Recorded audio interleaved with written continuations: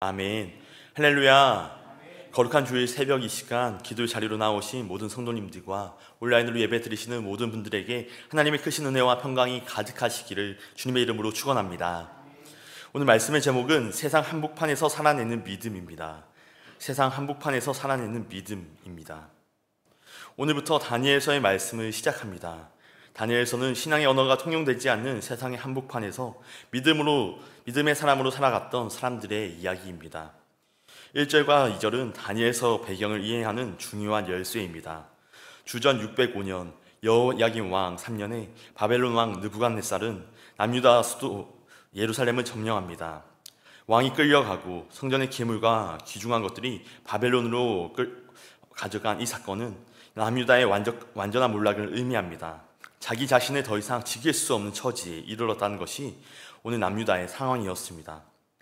바벨론 느부갓네살은 성전의 기물만 가지고 돌아간 것이 아니라 바벨론의 교육을 통해 바벨론을 위한 인재로 키울 왕족들과 귀족들의 자제를 포로로 데려갔습니다. 바벨론은 피지배국의 다음 세대, 즉 젊은이들을 그들의 문화를 배우게 하여 그들을 바벨론 사람으로 만드는 정책을 시행했습니다.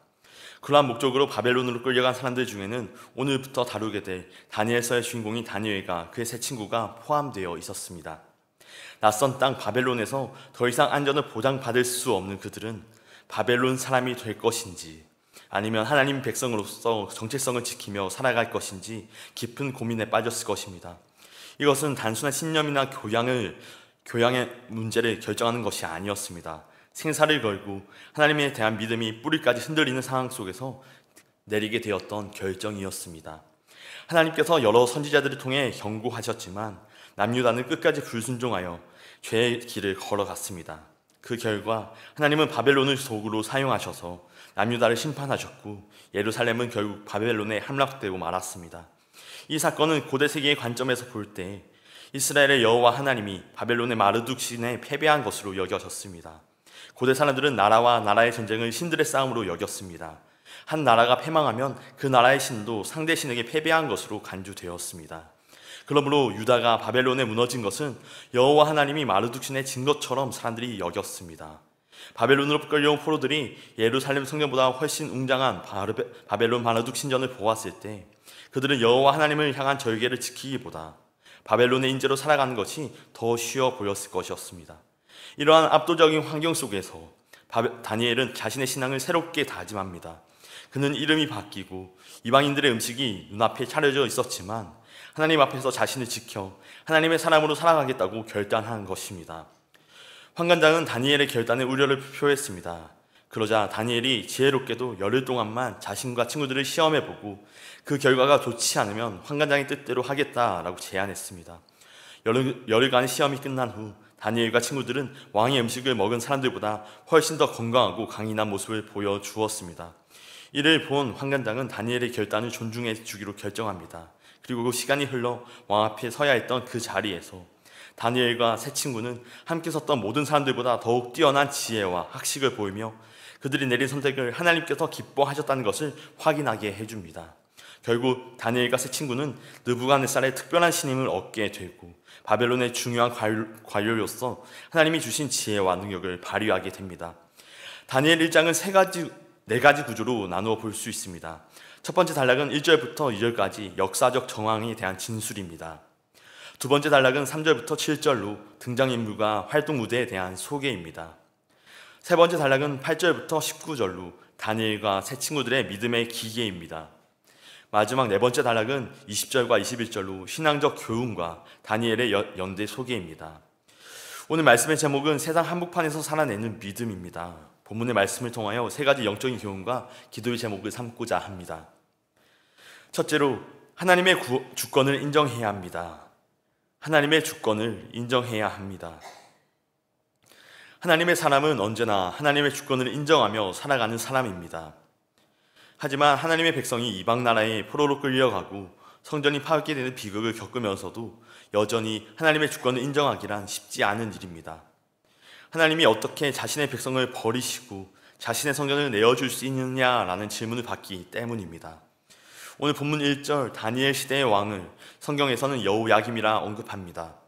여호야김 왕은 예레미야 선지자가 하나님의 심판을 예언했던 두루마리를 왕에게 전했을 때 그것을 칼로 찢고 불태워버린 매우 악한 왕이었습니다. 하나님의 경고를 받아들이기보다 자신의 권력과 주위의 거짓 선지자들에게 더 의지했던 자였습니다. 그는 남유다를 향한 하나님의 심판을 인정하지 않았습니다. 예레미야를 통한 심판 말씀보다 언제나 형통하고 평안할 것이라고 하는 왕 주위에 있던 거짓 종교 지도자들의 이야기에 더 귀를 기울였으며 하나님을 인정하기보다 자신의 힘과 지혜를 더 의지했습니다. 그러나 여호야김이 찢어버린 하나님의 말씀은 다시 예레미야를 통해 기록되었고 결국 예언대로 남유다는 바벨론에 의해 함락되고 말았습니다. 그런 상황 가운데 하나님께서는 남유다의 멸망이 바벨론이 강해서 이루어진 것이 아니라 하나님께서 허용하셨기 때문에 이루어진 것이라 말씀하십니다. 이전에 나오는 주께서라고 하는 표현은 다니엘서 전체를 관통하는 주제인 하나님의 주권을 가장 명확하게 드러내는 구절입니다. 이 표현은 다니엘서에서 유일하게 여기서 사용되며 남유다의 멸망이 단순한 역사적 사건이 아닌 하나님이 친히 계획하고 허락하신 일임을 보여줍니다. 이것은 이스라엘을 지키시는 하나님의 힘이 약해서나 하나님이 마르둑에게 져서 일어난 일이 아니라 모든 것을 주관하시고 다스리시는 하나님께서 이스라엘을 바벨론 손에 붙이셨다는 것을 보여주는 것입니다. 수차례 예언자를 통해 경고하셨던 하나님의 심판은 그분의 주권 아래 이루어졌고 영원히 경고할 것처럼 보였던 예루살렘은 그들이 경멸했던 이방인 바벨론에 의해 무너지고 말았습니다. 하나님을 인정하지 않고 자신의 힘과 지혜를 의지한 여호야김과 남유다는 결국 하나님께서 경고하셨던 멸망의 길로 갈 수밖에 없었습니다. 이후로도 예루살렘에 남겨진 왕과 지도자들, 기성세대는 하나님의 집이라고 불리었던 성전이 있는 신앙의 안정감을 누리는 상황에서도 하나님의 주권을 인정하지 않는 어리석음을 보이지만 반면 낯선 타국 땅, 이방 우상으로 가득한 곳으로 끌려왔던 다니엘과 새 친구들이 도리어 하나님의 주권을 더욱 인정하고 신뢰하는 모습을 보여줍니다. 그들에게 하나님은 한 나라를 세우시기도 하고 무너뜨리기도 하는 분이라는 믿음이 있었습니다. 비록 포로로 끌려왔지만 그 역시 하나님의 다스리심 안에 있는 일이라는 믿음이 그 소년들에게 있었습니다. 그들에게 있었던 믿음이 또한 우리에게도 있어야 할 줄로 믿습니다. 그 모든 역사를 주관하시는 전능하신 하나님 앞에서 우리는 그분의 섭리를 인정하고 순종해야 합니다. 이것이 바로 믿음의 첫 걸음이며 하나님의 사람으로 살아가는 기본입니다. 상황과 환경에 상관없이 오직 우리의 삶과 역사를 주관하시는 하나님의 주권을 믿고 인정하며 겸손한 자세로 신앙을 지켜나가는 저와 여러분 되시기를 바랍니다. 하나님의 주권 앞에서 우리의 계획과 뜻을 내려놓고 오직 그분의 다스리심을 인정하심으로 언약 백성의 참된 모습으로 살아가는 자리에 하나님의 주권적 은혜를 경험하게 될 줄로 믿습니다. 둘째로, 뜻을 정하여 세상과 구별되어야 합니다. 뜻을 정하여 세상과 구별되어야 합니다. 하나님의 사람은 반드시 뜻을 정하여 세상의 유혹에 흔들리지 않고 하나님 앞에 바로 서야 합니다. 다니엘은 자신이 처한 환경을 정확히 이해하고 있었습니다. 그는 바벨론식 이름과 언어 그리고 학문을 배우면서도 왕이 주는 음식을 거절했습니다. 왜냐하면 그 음식은 바벨론 우상에 바쳐진 제물의 가능성이 있었기 때문입니다. 다니엘은 자신이 어디에 있든지 하나님의 사람이라고 하는 정체성을 지키기로 결단한 것입니다. 다니엘은 낯선 바벨론에서 모든 율법을 지키기 어려운 상황이었지만 그럼에도 불구하고 자신이 지킬 수 있는 것을 찾았습니다. 그가 할 수 있는 것은 바로 왕의 음식을 거부함으로써 바벨론의 문화에 완전히 길들여지지 않는 것이었습니다. 세상에 유익해 보이는 것이라 할지라도 그것이 하나님의 뜻에 맞지 않으면 단호히 거절할 수 있는 분별력이 그에게 있었던 것입니다. 우리도 살아가면서 분별해야 할 순간을 마주합니다. 모든 것을 수용하는 것도 모든 것을 거절하는 것도 바른 신앙인의 자세가 아닙니다. 하나님은 우리가 세상 속에서 살되 세상과 구별된 삶을 살기를 원하십니다. 그 기준은 세상과 동떨어진 삶이 아니라 하나님의 뜻에 따라 세상 한복판에서 살아가는 것입니다. 그러기 위해서는 세상과 더불어 살아가지만 세상에 길들여져서는 안 됩니다.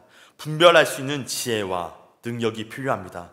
유익한 것처럼 위장하지만 끝내 우리를 삼키기 위해 찾아오는 세속의 물결을 무엇으로 막아낼 수 있습니까?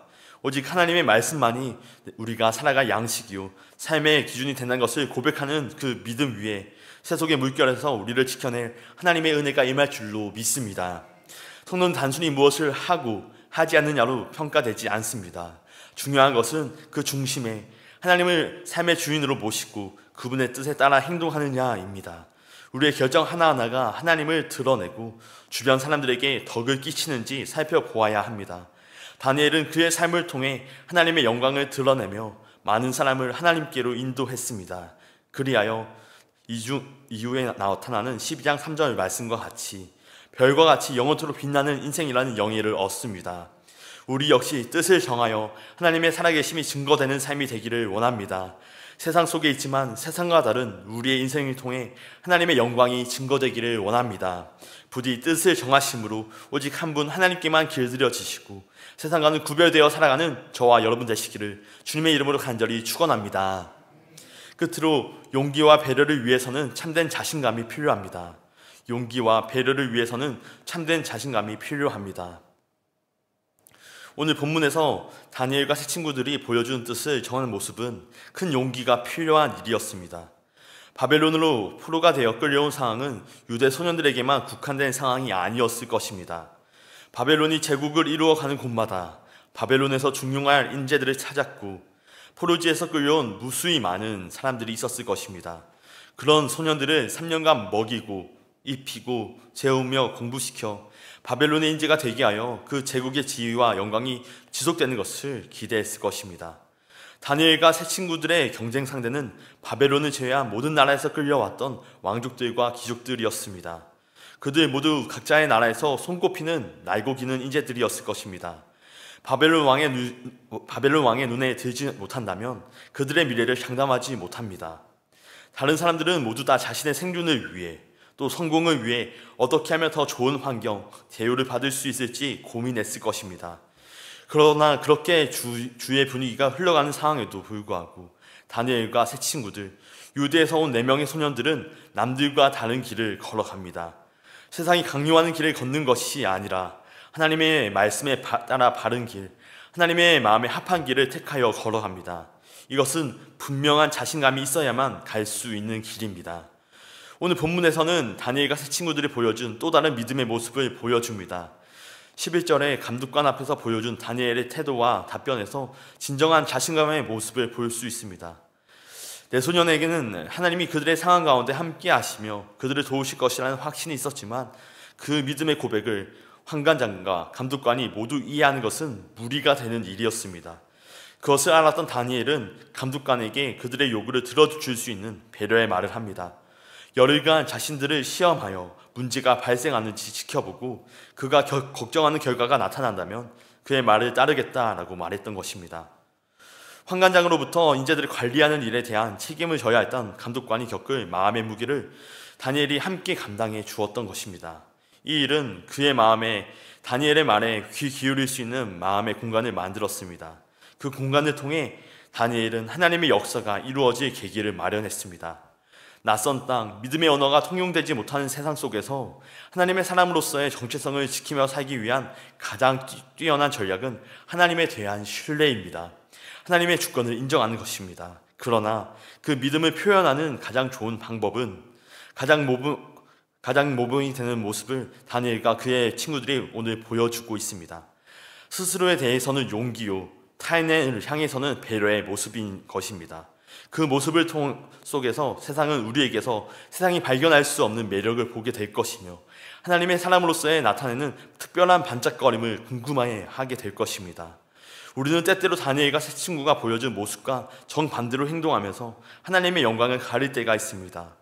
스스로에게는 관대하면서 상대에게는 강압적인 모습을 보이며 자신 안에 감추고 싶은 작은 마음, 적은 확신을 그렇게 가리고 싶어 합니다. 그러나 하나님의 사람이 세상 속에서 살아가야 하는 참된 모습은 하나님을 신뢰하는 데서부터 나오는 용기와 배려인 줄로 믿습니다. 바라기는 세상 속에서 우리를 통해 역사하기 원하시는 하나님의 공간을 만들어가기 위해 우리의 마음 중심에는 주를 신뢰하는 믿음에서 비롯된 용기와 세상을 향해서는 배려의 모습을 살아내는 저와 여러분 되실 줄로 믿습니다. 세상 한복판에서 살아내는 믿음, 뜻을 정하고 하나님의 살아계심을 증거하는 복된 삶이 되시기를 주님의 이름으로 간절히 축원합니다. 기도하겠습니다. 온 세상을 창조하시고 주관하시는 하나님, 거룩한 주일 새벽 우리를 주님의 임재 앞으로 불러주시니 참 감사합니다. 세상의 유혹과 세속의 물결이 우리의 믿음을 흔들 때에도 다니엘처럼 뜻을 정하여 세상과 구별된 거룩한 삶을 살아가게 하여 주시옵소서. 모든 역사를 주관하시는 하나님의 주권을 인정하며 그 섭리 안에서 하나님의 언약적 복을 누리며 살아가는 복된 인생이 되게 하여 주시옵소서. 세상의 도전 앞에서 거룩한 뜻을 세우고 믿음의 용기와 사랑의 필요로 주의 영광을 드러내며 많은 이들을 주께로 인도하는 별과 같은 인생이 되게 하여 주시옵소서. 시간 주님의 전에 나아와 간절한 기도의 제목을 올려드리는 성도들의 마음과 함께 드려진 귀한 예물을 기쁘게 받아 주시옵소서.